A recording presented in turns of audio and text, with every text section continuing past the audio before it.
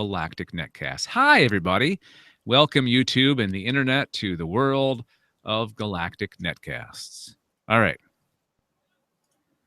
And turtles. I said no turtles allowed. What? I can't be on the show. I'm sorry. Ooh. Alpha Geek time. Here we go. Let's go live in Alpha Geek. Bam. Audio and video. Huzzah. And let's start the audio recording and do this thing. Here we go. Oh, I don't have my audio. I don't have my soundboard ready here. Hang on. Uh-oh. Missing piece of the puzzle. In a world. Wait. Of goat spiders. me. You. Fuckity fuck. Okay. All right, stand by, folks. All right, here we go. I'm going to start the intro, and we'll be off to the races. Here we go.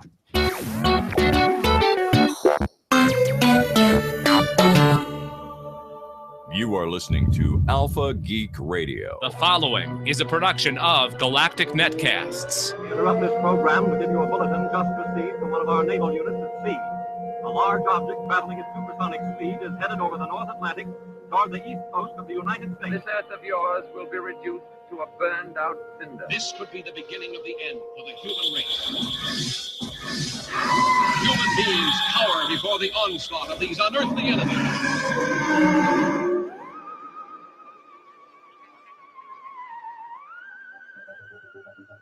It's Thursday, April 14th, 2016. Welcome to the Alien Invasion number 181, a production of Galactic Netcasts. It's Dave Nelson, it's Brad Ludwig, it's Inessa Moyens. How are you guys doing? Woohoo. Amazing. Really, Brad? Amazing, really? Woohoo. You question the veracity of my statement? I'm just saying, that's a strong word to use. It is, and I feel very strongly about it. So Back it up, sir. back that. Oh, Give me what? some proof. Give me some proof as to why it's amazing for you right now. Because the world's largest trivia contest starts tomorrow, sir. Right, I forgot about that. That's right. And we're going to be missing the kickoff of it so that we can see the Welcome to Night Vale tour in Milwaukee, Algonquin, for the good land. Now, do you compete in the trivia contest? Yes. Yes. Okay. How many people are on your team? A lot. On our team, I would say about between 30 and 40, but everybody's kind of rotating in because it's 54 hours straight. Oh, trivia. okay. Yeah. I forgot how that's done. So Okay. People work shifts to keep things running. Well, good luck. Have fun. Both Welcome to Night Vale and the trivia contest. Let's begin our little contest. Not really, but it's a thing. Soiree? Could we call it a soiree? It's The Red Pony and Soiree. Yeah, it's some shenanigans. Officially, though, it's a podcast where we talk about extraterrestrial beings from other places in the universe. Bum, bum, bum. Universe. And their appearances in film, TV, video games, comic books, science, and real life.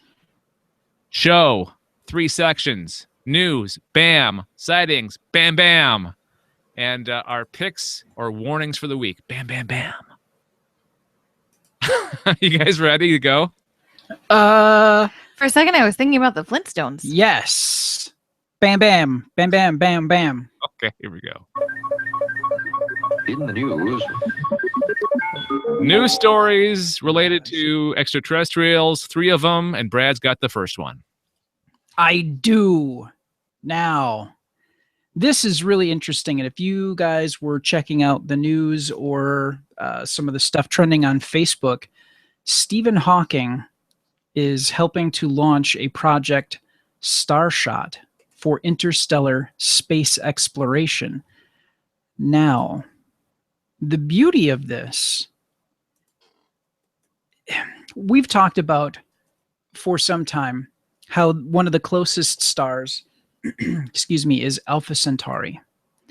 Now, it is, if you were to travel conventional speeds, like if we were to bring the space shuttle back or whatever, it would take 30,000 years to get there, right? So it would have to be a generational ship.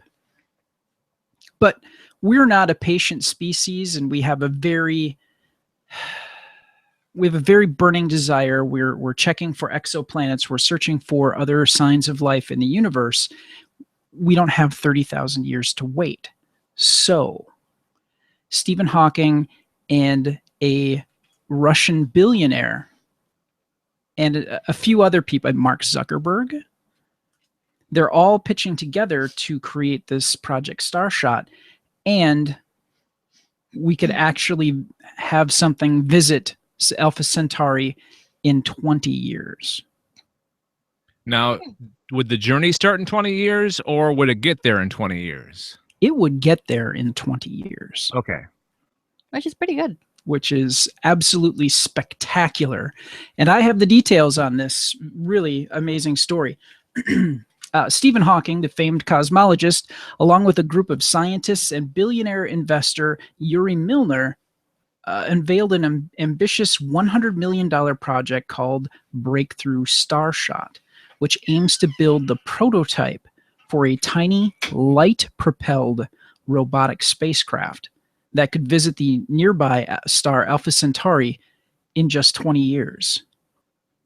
The limit that confronts us now is the great void between us and the stars, but now we can transcend it, Hawking said during a news conference at the One World Observatory. With light beams, light sails, and the lightest spacecraft ever built, we can launch a mission to Alpha Centauri within a generation, he added. Today, well, at the point when this was done, we commit to this next great leap into the cosmos because we are human and our nature is to fly. Now, the Starshot spacecraft will consist of a wafer-sized chip attached to a super thin sail. This paired duo would be launched to space aboard a mothership and then propelled to the stars by laser light beamed from an ultra-high altitude facility here on Earth.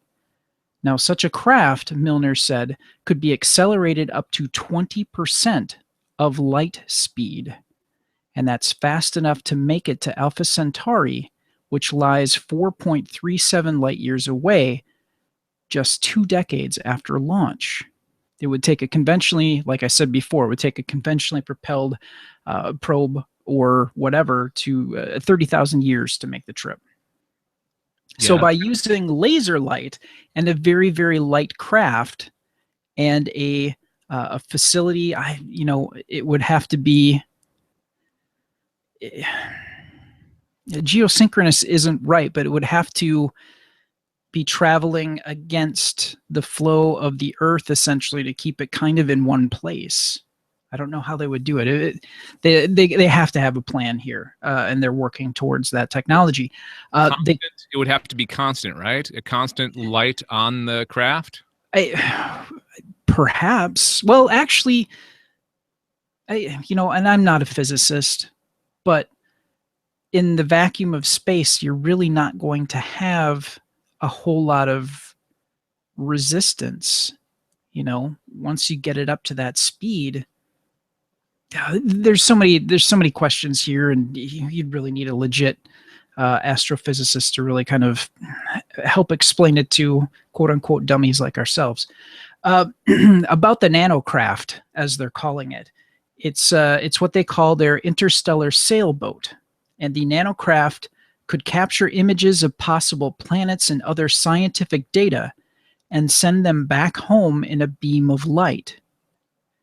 If the mission succeeds, it will tell us as much about ourselves as it will about Alpha Centauri. Breakthrough Starshot is based on technology either available or likely to be available in the near future, Milner said, adding that all of its work is based on data in the public domain. But subsequent missions should be much cheaper, and economies of scale will allow many nanocraft to launch on a single flight to provide redundancy and increase photographic coverage of the target star system. Now, the chip at the heart of each nanocraft costs about as much as an iPhone to produce. And Breakthrough Starshot representative said, the announcement came at the 55th anniversary of cosmonaut Yuri Gagarin's historic launch on Vostok 1 in 1961, a mission that ushered in the era of human spaceflight. Milner, who was born in Moscow, has said that he was named in honor of Gagarin. It was also the 35th anniversary of NASA's first space shuttle flight, the STS-1, aboard Columbia. The human story is one of great leaps, Milner said in a statement.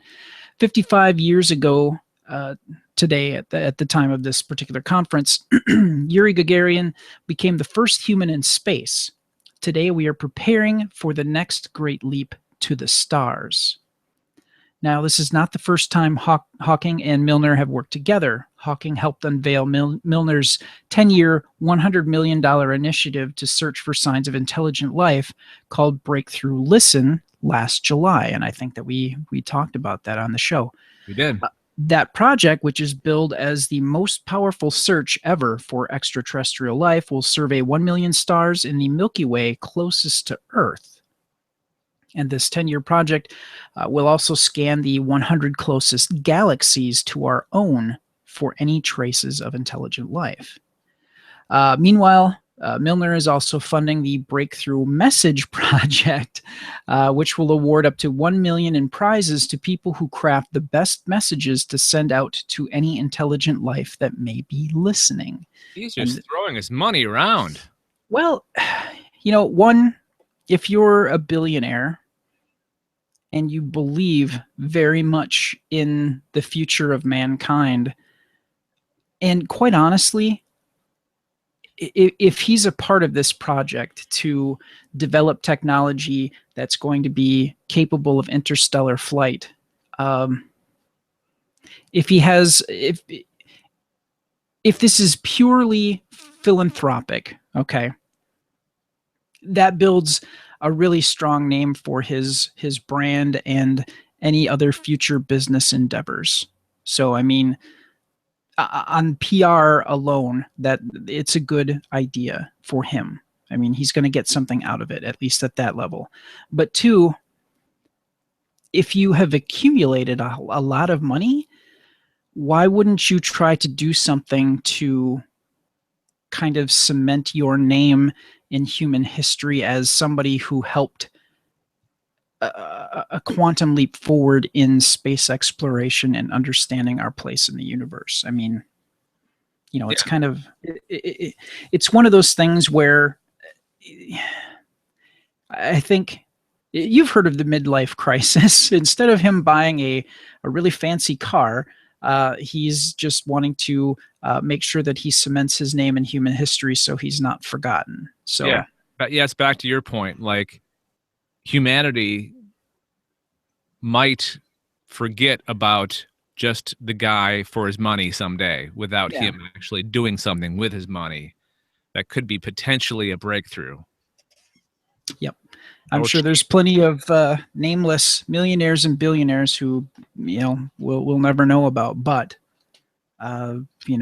if he has his way here and if things, move the way it looks like they will, we'll definitely remember Yuri Milner. I did have one question about this. Mm-hmm. Are they going to be able to upscale this type of technology? Like someday maybe make a craft big enough to support human life and propel it with humans on board? I think, again, having an astrophysicist answer this question, but I think that what's working to the benefit of this particular project is you have an object that doesn't have a whole lot of mass, that is not going to take a lot of energy to propel to that speed. Mm-hmm. To get a human and all the all the essentials to keep a human alive up to that speed, it would get rough. Mm-hmm.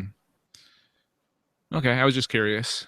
I thought maybe you could use this technology not necessarily to bring humans to the next star system, but maybe get them across our solar system faster than they can with traditional propulsion.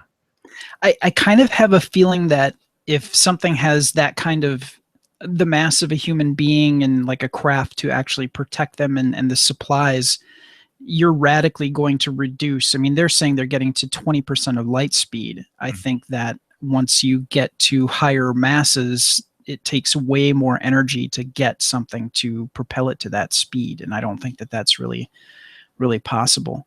You know, and this kind of, to answer another question that I think you're kind of asking sideways, do you remember Twister? Do you remember the movie Twister? Yes, I do. And you remember Dorothy, their little prototype thing where they had all of the little they were like probes essentially that there were sensors that were supposed to be able to survive inside of the tornado and gather data. Yeah.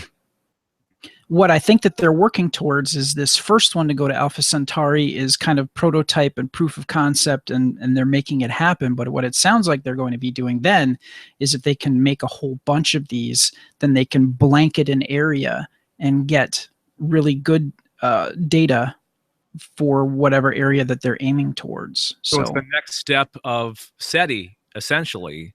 Instead of listening for something and being more passive, being aggressive and hands-on, and actually putting things out there instead of listening for things coming into us.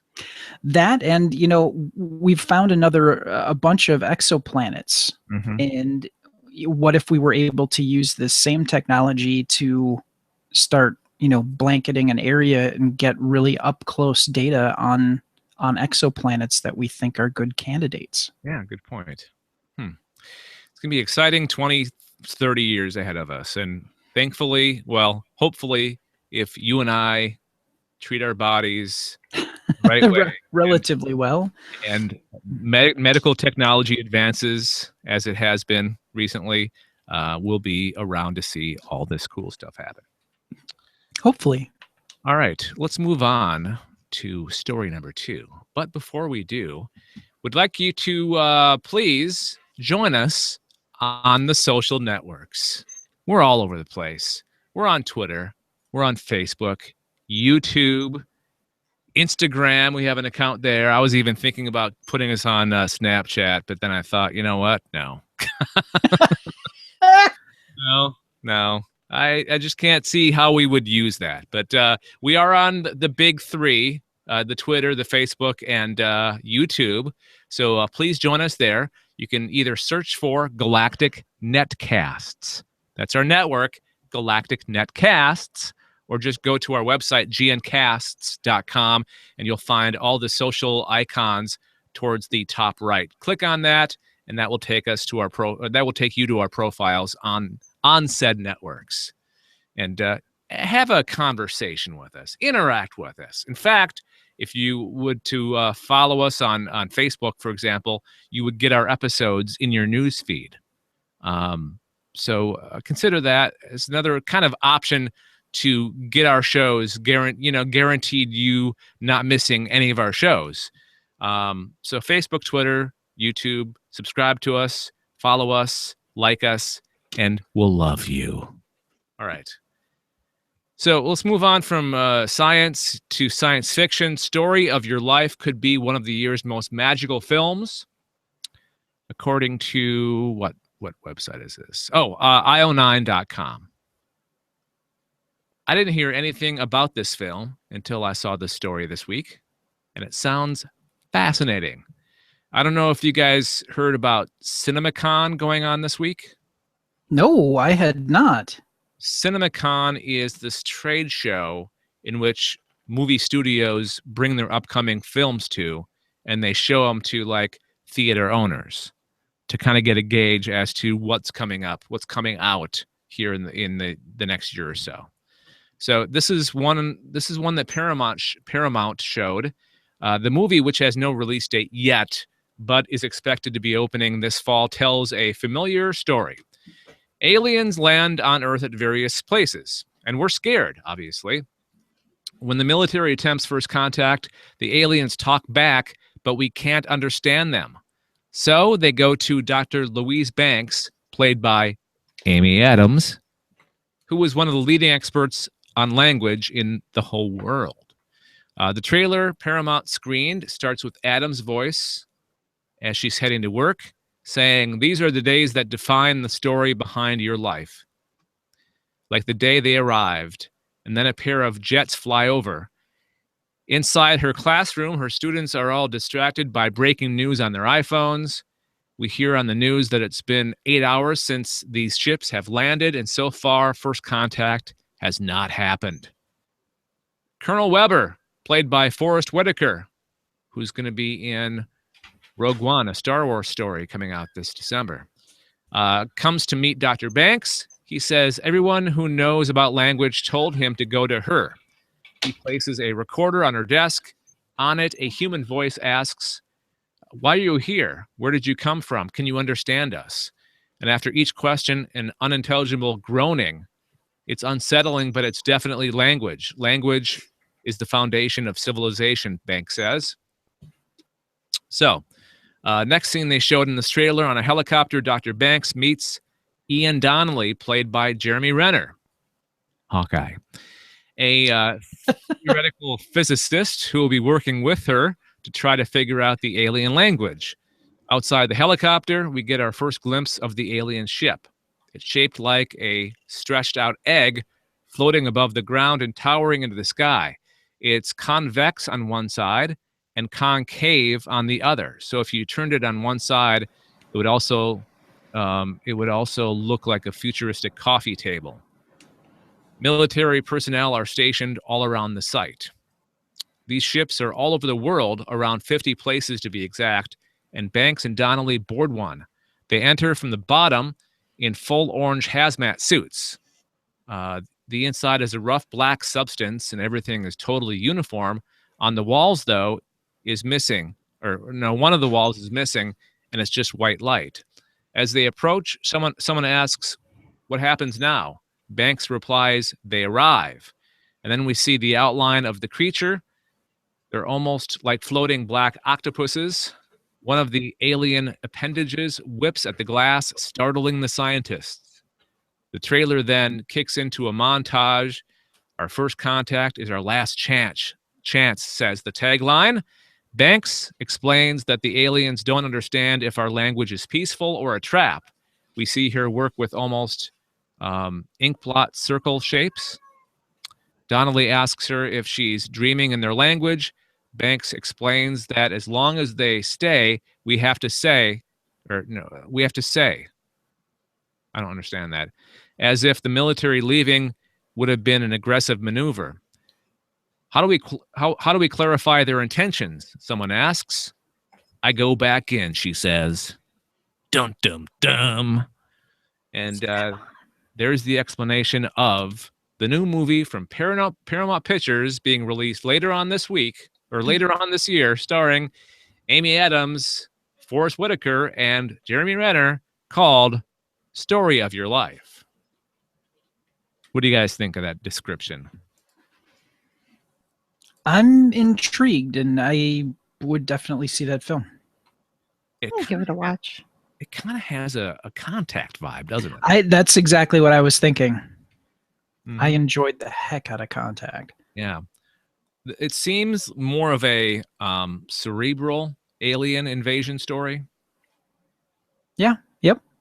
Like it's going to make you think a little bit. Oh, it's no Attack the Block. Yeah. And this might be the comparison, like the polar opposite, not polar opposite, but a night and day next to like something like Independence Day 2 or Independence Day sequel that's coming out this year too. Sure. Yep. So it sounds like all of a sudden we have quite a few alien movies in contention for audiences in 2016. Yes, we do. All right. So there you go. That's story number 2. And before we move on to story number 3, I want to ask you guys for your help. your help in supporting us continuing doing these podcasts, because it's not free and it's not cheap. Well, it's relatively cheap. We made it as cheap as possible to do these things. I mean, for a while we were doing it completely free, and we were pretty much on the teetering edge of us not having our podcasts anymore. So basically, we're improving the structure that makes all these shows that the Galactic Netcast network does. Improve the structure, improve the infrastructure of the reliability and speed as to how you get these. And you can help out with a very, very small donation once a month. How small, Brad? $1. $1. I mean, what can you get for $1 a month? Usually 50 gigs of data or memory on Apple iCloud. Really? Yeah, pretty sure it's 50. I pay 99 cents a month. Okay, all right. How about a kick in the shins? I can get a kick in the shins for $1 a month. That sounds very unpleasant for $1. I would pay $1 not to get kicked in the shin. Exactly, and you could give that $1 to Galactic Netcasts, and then we won't kick you in the shin. And we won't make you fall over in pain. How about that? Involved. I think threatening people into giving us $1 a month is probably not the way to do this. It's called bullying. Nobody likes a Nobody bully. likes a bully. Yeah, we're not going to bully you. So we'll ask nicely. $1 a month. And for that $1 a month, you'll get what we call a reward. And that reward is exclusive invite to our exclusive Patreon-only Slack chat channel. If you're not familiar with Slack, it's just basically a chatting or instant messenger service between a small group of people. And you'll have access to me, you'll have access to Brad, and a lot of our other hosts on the Galactic Netcast Network, 24 hours a day, 7 days a week. Well, depending on if you're online or not, or awake. So you could catch us in the middle of the night, potentially. By having access to our Slack chat channel. And that's only for $1 a month. And that's the reward you'll get. For $3, you'll get an extra newsletter with stories related to our podcasts. That's put out regularly. Also, $5 a month, you'll get the extra podcast, also put out regularly from each of our regular podcasts. We put out an extra podcast once in a while. So all that can be yours for a very, very low price every month, at least $1 a month. And how you do that is by going to patreon.com, patreon.com/Galactic Netcasts. And we're not paying for silly things. We're paying for things like web and audio hosting, and going to be working on some advertising here in the very near future. That's our next goal. So again, one more time, patreon.com/Galactic Netcasts, and we thank you for your support. All right, Anessa, wrapping up the news segment this week with what do you got? Another history piece. Neat. Woo-hoo. It's history time with Anessa Moying. It's kind of somewhat relevant now. If you live in Texas or I suppose Oklahoma, there is a small town in Wise County. I think it's Wise County. I'll have to double check that. Anyway, it's near the Dallas-Fort Worth area. It's called Aurora, and they're having a celebration of a UFO crash that happened in 1897. Woohoo! What? Yep. So, sorry. Okay. No, I heard my voice disappear, and I'm like, oh, hang on. Okay, so Tony Wheeler holds fond memories of growing up in the rural town of Aurora, Texas, sitting on the porch of an elderly resident named Mr. Mayfield and listening to him tell about the time a UFO crashed into a windmill, killing a spaceman. He could tell us it did in fact happen, said Wheeler, now the city administrator, recounting one of the highlights of her Wise County childhood in the late 1970s. He said tons of people went rushing up there to the crash site, but they made all the kids stay back underneath the hill because they were afraid it might have a disease. The legend of the 1897 crash of an alien spacecraft 27 miles northwest of downtown Fort Worth certainly put Aurora on the map, having been retold in books, movies, and TV shows, although many residents would just as soon their community not be known for such a tale. But many others, Wheeler among them, are ready to embrace the extraterrestrial adventure, and on Saturday they will host the first of what they hope will become an annual event known as the Aurora Alien Encounter. At least 300 people are expected to turn out for the event at the relatively new MD Resort Conference Center south of Texas 114 in the Wise County town. The festivities are scheduled to include a day of talks with UFO researchers and authors, an alien laser tag competition, and shuttle tours of both residential area where the crash reportedly happened and the cemetery where the alien, nicknamed Ned by the city council, was buried. On April 17th, 1897, a story attributed to Aurora cotton buyer S.E. Hayden appeared in the Dallas Morning News. About 6 o'clock this morning, the early risers of Aurora were astonished at the sudden appearance of airship which had been sailing through the country. The story went on to explain that an aircraft smacked into a windmill just a few hundred feet north of what is now Texas 114 and crashed into a field. Supposedly, the pilot was buried in the town cemetery. The incident occurred 6 years before the Wright brothers' first human flight at Kitty Hawk, North Carolina, and nearly 50 years before the much more famous unidentified flying object reportedly crashed in Roswell, New Mexico. Today, roughly 1,400 residents of Aurora are left to decide for themselves whether they believe the story, and it appears that they may never reach a consensus. Some of the older residents in the community, "You can never change their mind about things," said Dan McIntyre, the city's historic preservation officer. A lot of people believe it and a lot of people don't. It's just what it is. Several components of the Aurora incident make it a compelling, mysterious tale. The plot in the Aurora cemetery, where the alien was supposedly buried, was later dug up, and the body, if there was one, removed. An original stone marker with the UFO carved into it disappeared years ago, although today the location is marked with a nondescript cigar-shaped boulder. The windmill the spaceship reportedly hit is gone, but a now closed water well at the base of the windmill still exists on private property near Texas 114. For working on a History Channel show about the Aurora crash in 2008, opened the water well for the first time in about 70 years in search of wreckage that supposedly had been thrown inside. They found bits of metal, but tests on the material were inconclusive. Chunks of metal hieroglyphics were reportedly found at the crash site, but their whereabouts are unknown. So, yeah. And I actually got that from the Star Telegram, which is a newspaper in Fort Worth. Woohoo. But no, I thought that was really cool.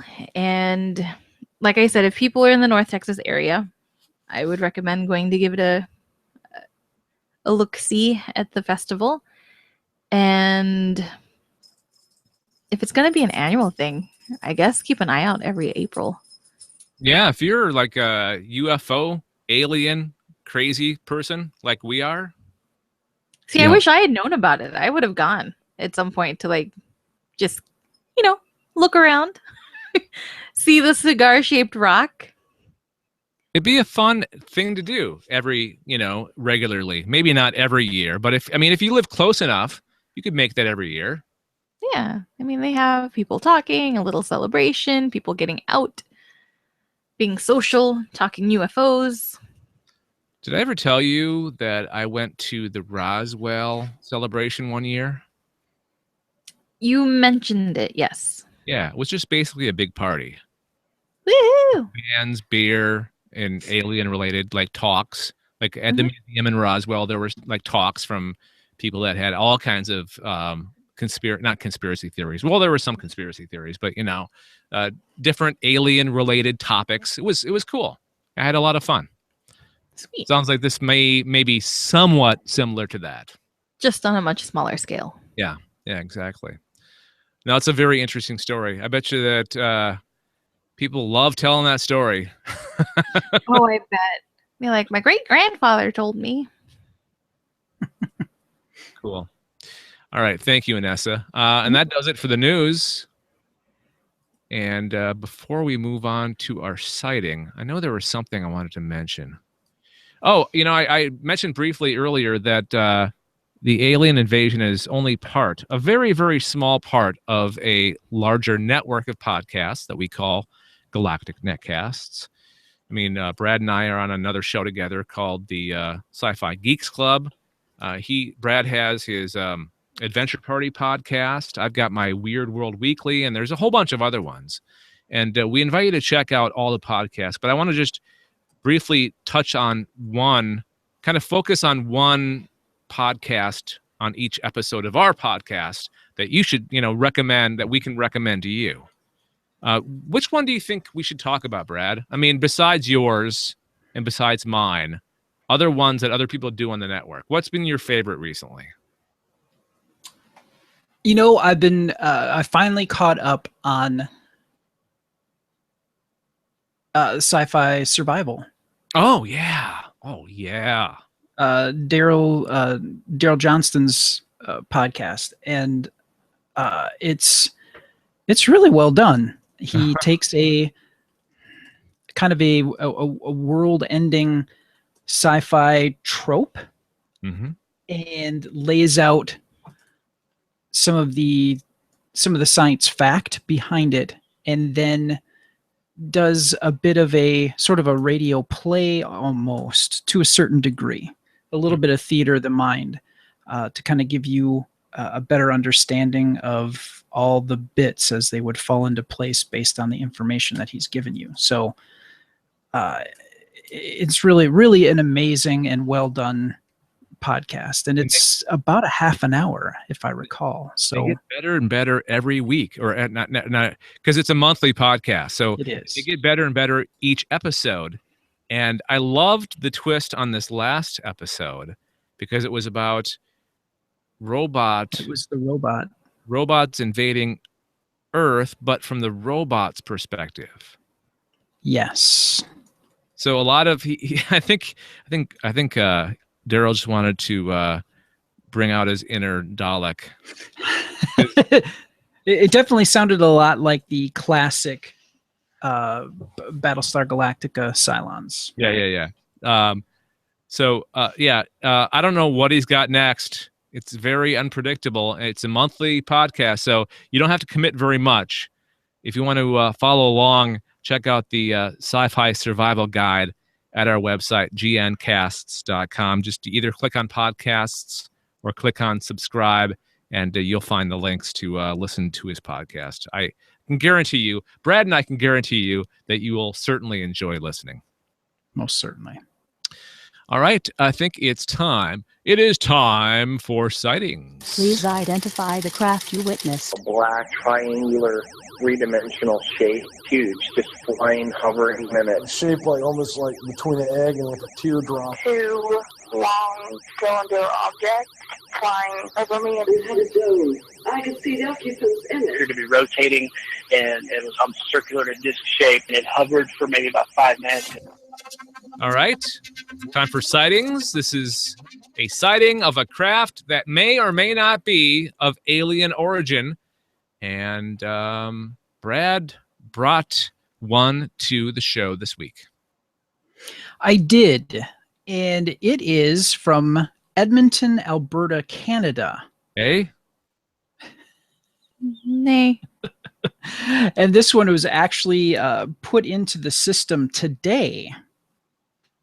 Really? I don't know if you saw that. It was something that happened back in August. It doesn't say what year, but it was back in August. It caught my eye. It was very interesting. It looks like it only lasted for about 4 seconds. So, yeah, let's kind of dig into this. It was 3 small orbs, and they came up from the ground and went back down. Okay. Now, this happened at 2:30 p.m. And the duration was 4 seconds. And they state that red, green, blue, each one had its own color.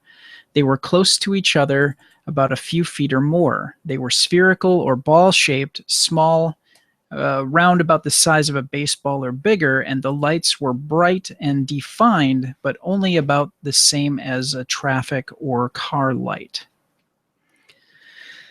Size of the objects. They state that it's smaller than your little fingernail, bunched together at about an inch, inch and a half, moving in the same direction up, but independently from each other in different directions. Now, they state that it was about... This is where it gets weird. I'm assuming that they're not saying 200 to 300 yards, but 200 to 300 yards, or 30 to 50 feet. Because 2 yards is 6 feet. 6 feet. A yard is 3 feet. Thank you. I math well. Anyways, full description and details. I was outside on the balcony having a cigarette and noticed some small strobe lights moving around about 6 blocks away or less in a small wooded gully or valley. I thought they were drones, but the lights didn't blink and moved around separately of each other. They were not fast, but they were not slow. Oh, this is so scientific. They did not go above the tree line or horizon. They didn't go above the horizon. How did he see it? Okay. Well, I suppose if you're looking down, never mind. He was up on a balcony having a cigarette. You know what? I recant my statement. I'm just going to read this and not interject. Before you do, Brad, I think we're missing the boat. I think we need to start smoking again, because all these people that have these reports are smokers. They're outside having a smoke. That could be part of the problem. But they're all going to get lung cancer. They're all... You're welcome. Yeah. Screw those guys. With their bad breath and their horrible teeth and their nasty lungs. Okay. It's like people come in and they just smell a smoke. And I'm like, ah. Yeah, no, it's just as bad as heavy perfume. Then you just have to smoke too. All right. Not gonna do it. The lights were quiet and about the size of a basketball or volleyball. We've gone from baseball to basketball or volleyball. I'm very confused now. Just keep reading without interjecting. That was the plan. Don't think about it, Brad. Just go. Just go with it. Gonna move ahead. Okay, I'm overanalyzing. They were there for about 3 to 4 seconds before moving back down to the ground in amongst the trees. They might have been 30 feet up in the air and did not move in a straight line together, but in a slow or gentle rolling motions by themselves before disappearing. The weather was sunny with some clouds, and it was nice out. They floated more than anything, but they did not seem to spin or pulse. Can sightings be explained as any conventional man-made or natural object? Small drones with a light on each one. Okay. Witness background. Was employed in the service industry for a few years, and before that, the construction industry. I did not graduate high school, but took equivalency tests and CAT tests when I had to. I am generally puzzled and astounded by these things, which happened within a week or two of each other, and wonder if a rich guy isn't fooling around with some kind of technology. And also, why was I the only one who saw this stuff? Because you were the only one smoking on the balcony. Okay, sorry. Views of UFOs before and after the sighting. Before, yes, they probably exist. After, yes, they probably exist, but why like that? I read a lot. So much, in fact, I bore myself. He needs to find other books to read. Oh, boy. God. Okay, other comments. I also saw a cloud figure walk into a door in a cloud. I have average to poor eyesight. A black square U-shaped object appeared out of nowhere, and then a fainter one beside it, and then this person-shaped cloud figure steps out of 2 square-shaped U's. Like they were horse stirrups, walks over and up to the cloud, opens up a door, and walks inside like it was a small cabin or something. It was sort of undefined, as there was a lot left to the imagination, but the two you things were black and rolling like smoke. That lasted a few seconds too, and was late in the afternoon. The clouds were low or mid-altitude clouds and were long and full, not so round or small. Reported sighting. No. Well, you reported here. I'm not going to give this person's name because it makes me sad. My new favorite feature on the Alien Invasion podcast is us reading MUFON reports. And God bless this gentleman. God bless him. But wow. His writing is very confusing. And, it's whatever. I'm not here to judge this particular individual, but I'm a little perplexed by the writing of this particular sighting. And that's why it attracted me to it, because the first time I read through it, I went, I'm reading this not aloud, so I must be missing something. And now that I read it aloud, it makes less sense than it did when I read it in my own head. So there you go. Edmonton, Alberta, represent.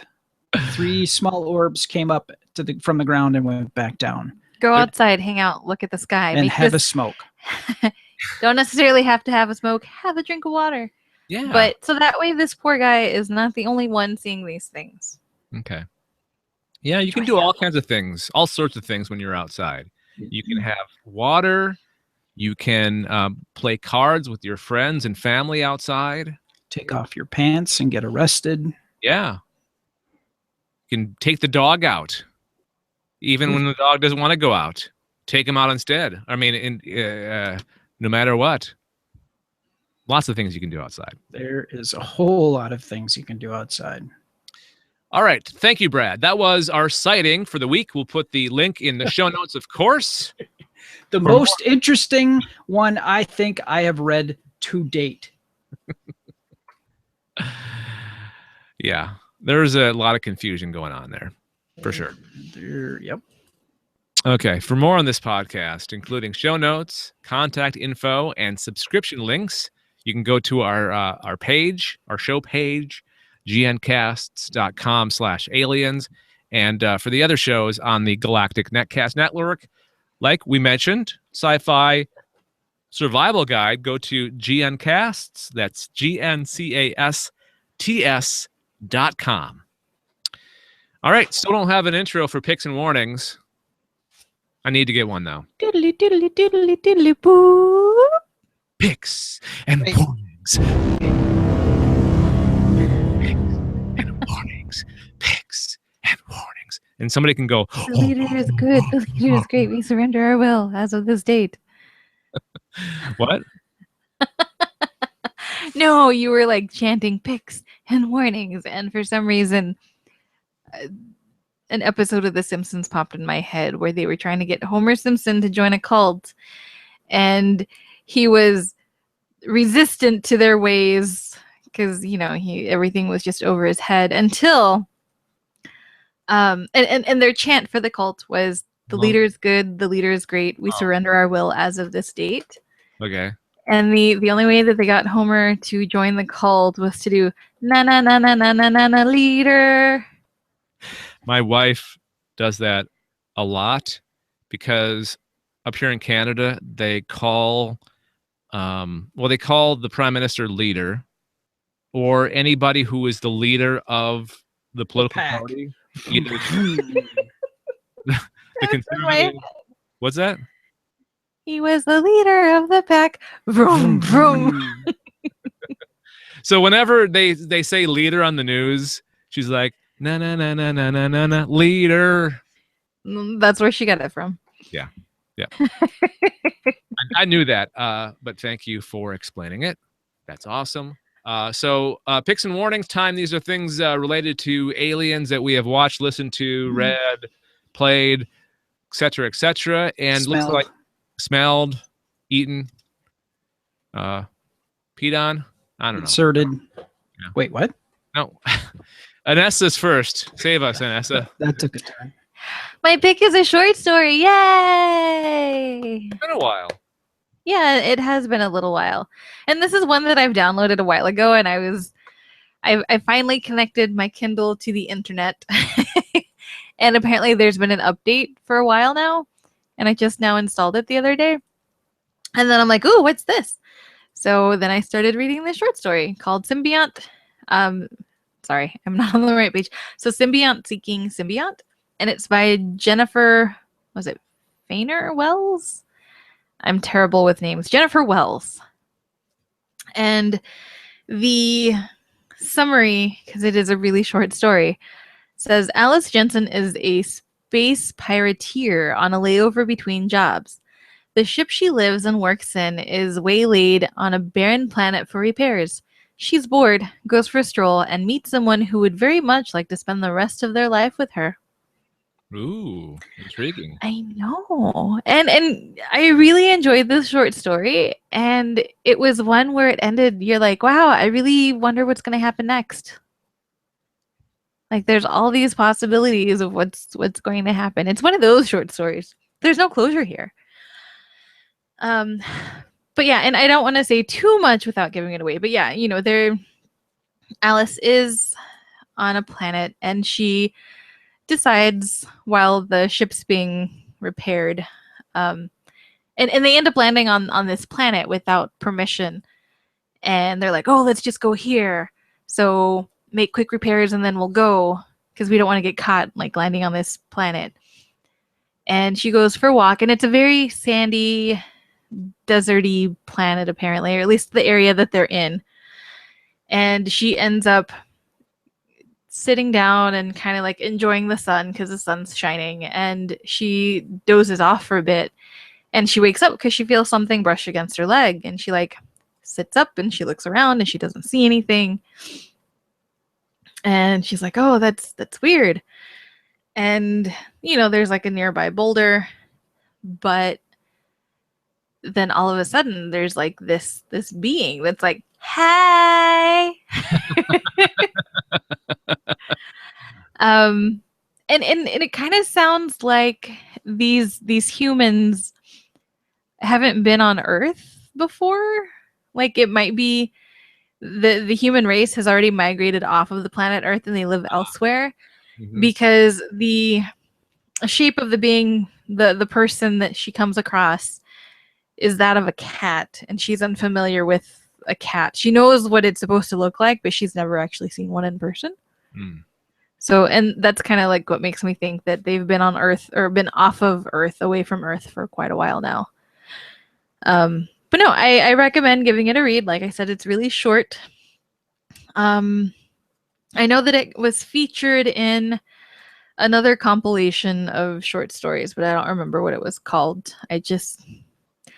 I assume I was browsing Kindle books and came across a short story, downloaded it because it was free. And yeah, when I updated my Kindle, it downloaded, and I was like, "Ooh, hey, what's this?" And then I read it, and I'm glad I did. It's like a surprise treat. I know. It's like I left a little gift for myself. Thank you, self. And Nessa, you're so thoughtful. Thank you. Nessa. Thank you. I love me. I love me too. So is that it? Is that all you got for that? Yes, that's all I got. That's all I'm going to say, because I don't want to ruin anything. Yeah, you really can't say much about a short story because they're short. They are very short, and I don't want to give away spoilers. Okay. Maybe I've already said too much. I don't know, but so, no. And this actually kind of makes me want to read more of Jennifer's stuff. So just putting that out there. So on our scale of flying saucers, we do out of 5, right? Yes. Okay. Out of 5 flying saucers, what do you give this short story? I'd give it a 4. All right. High praise. Good job, Jennifer Foner Wells. Or Feener. I don't know. Since I moved to Wisconsin, I have no idea how to say anything anymore. I'm like, oh, you totally say this name this way. And they're like, wrong. Nope. What's the most logical way that you would ever say that word? That's how you say it. Like, oh, okay. Have you mastered saying Ashwaubenon yet? Ashwaubenon. I don't know. Did I master it? Oh, I know not to say Potawatomi. That I've learned. Because I said Potawatomi once, and then Michelle laughed at me for a few minutes. So it's Potawatomi. All right. Thank you, Nessa. Brad, let's move on to yours. What's your pick or warning? My pick is a animated short film called At the Mountains of Madness. Now, I think I've talked about the actual, either the radio play or the actual short, well, actually it's a novella of this H.P. Lovecraft story. I believe you have.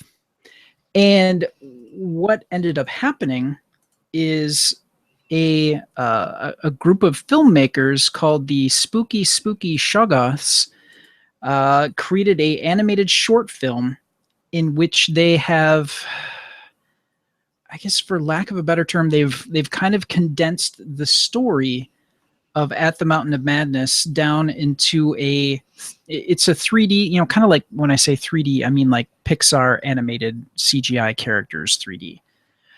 It's about 5 to 8 minutes long. Actually, let me double check. It's a little under 8 minutes long. And it's fairly well done for getting what's essentially a novel into 8 minutes. They cut some important bits, but if you were to get a general gist of what the story is, it wasn't bad. But my hat is off to these people who put together this short film, and I know you're not going to be able to hear the audio on this, and unfortunately, there we go. Sorry, I just had a minor glitch here, and I seem to have lost. There we go. I thought I lost my Hangout window for a second there.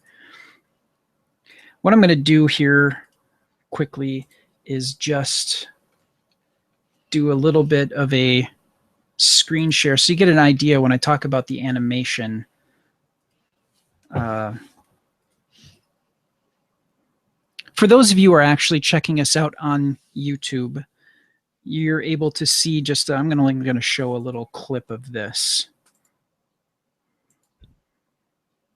That's neat. And yeah, this is very much done in the style. This story was written in the 30s.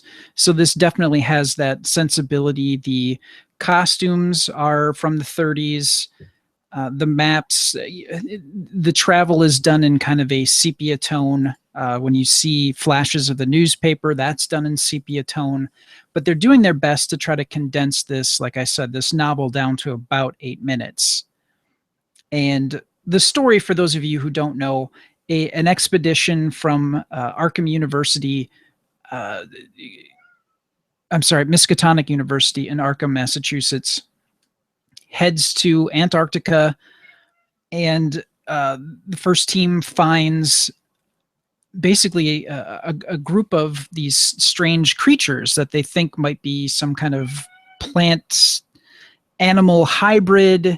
They don't know exactly what's going on with them, and wackiness ensues. So, the animation here, I'm going to pause for a second, almost reminds me of a kind of a fusion of Rankin Bass and Pixar in the style. I can see that. The way the characters kind of move and kind of look. There's just that little bit of that Rankin Bass, especially with the hair, this guy's mustache and his eyebrows.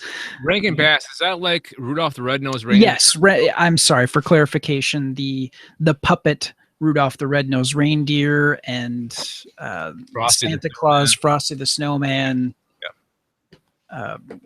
Also Rudolph Shining New Year. There's a good one. Anyways, all these classic things from the 60s and 70s that we're talking about, Rankin Bass, it kind of has a little bit of that look to it.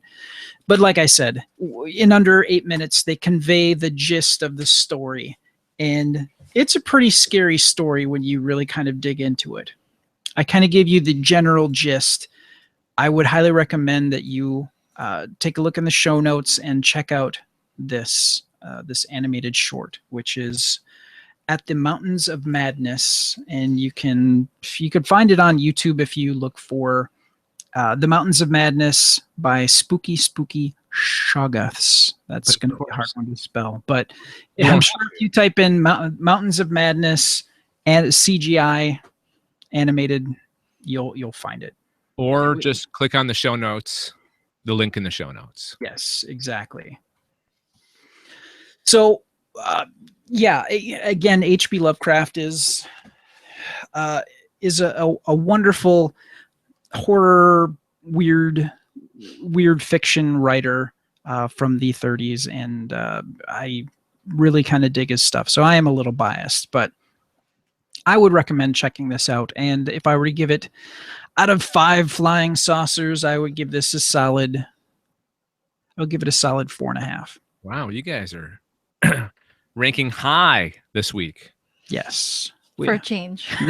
We're not doing warnings this time. We're doing legit picks, yo.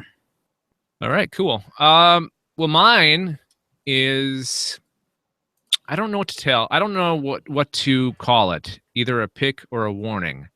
Just because I've only seen one episode. There's only been one episode so far, the pilot episode. And it was okay. It wasn't great compared to other shows of its type. For example, I want to compare it to, what's the show that's based on the movie about the time travel? Oh, no. It's also on Sci-Fi. Oh, it was Brad Pitt and Bruce Willis. Oh, 12 Monkeys. 12 Monkeys. The 12 Monkeys TV show kind of has the same vibe as this, but that show is done better than this. This one seems like a cheap knockoff of a good sci-fi show. But again, that could be the fact that it's only the pilot episode. It could get better. You know, not every show is great off the bat.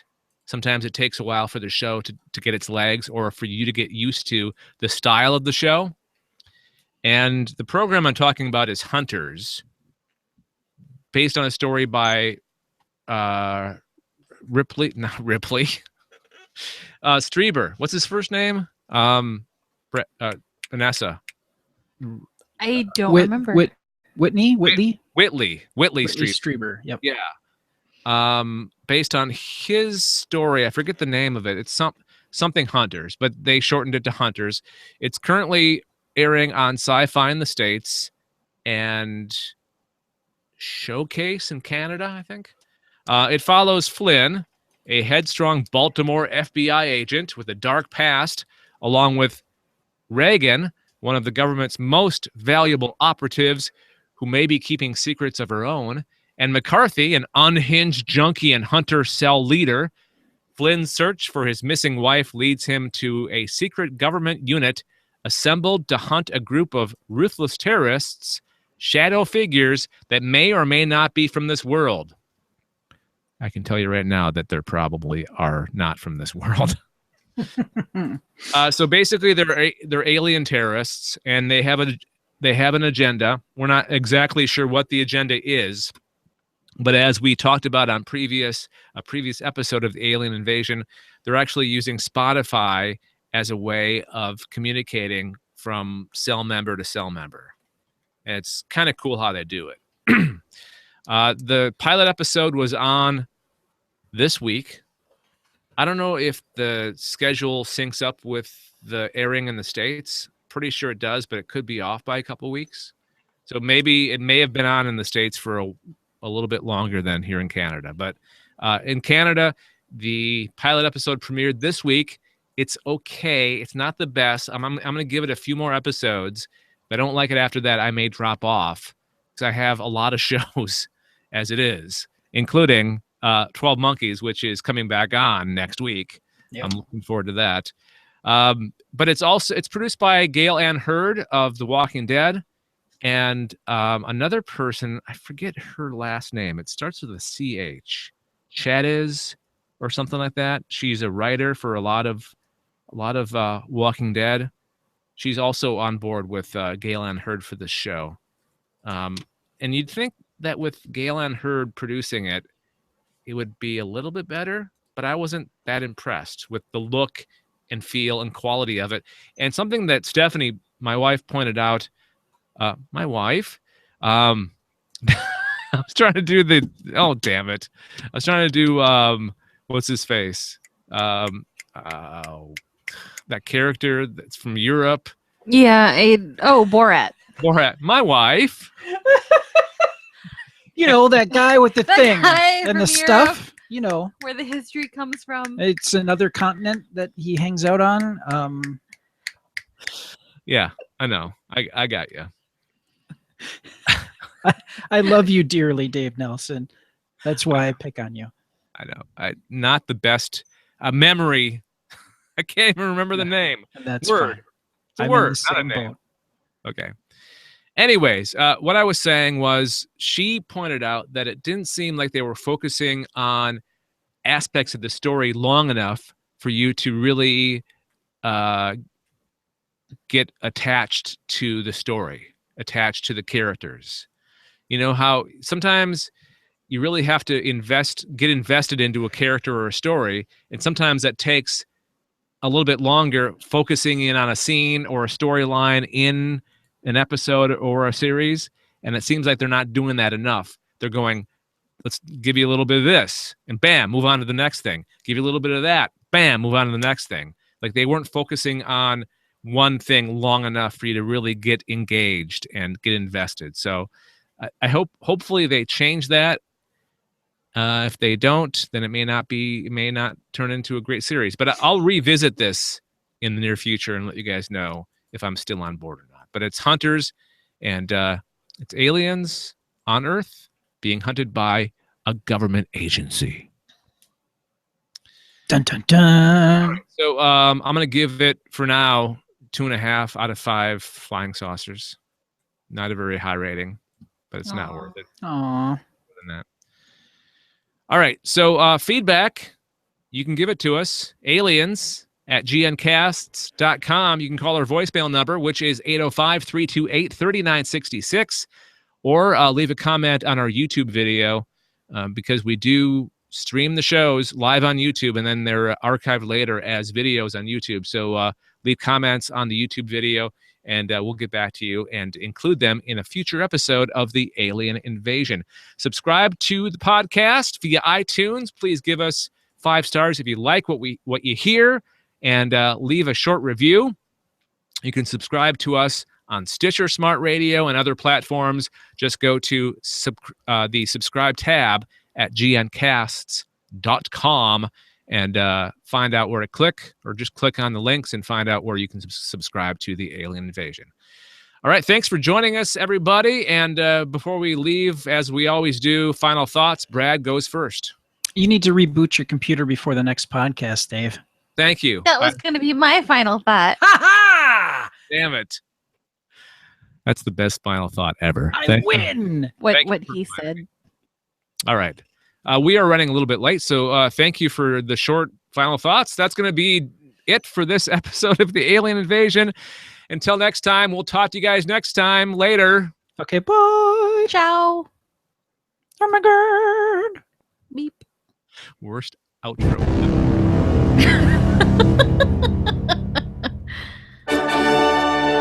All right. Okay, sorry. Okay. Hang on. Let me wrap this up here.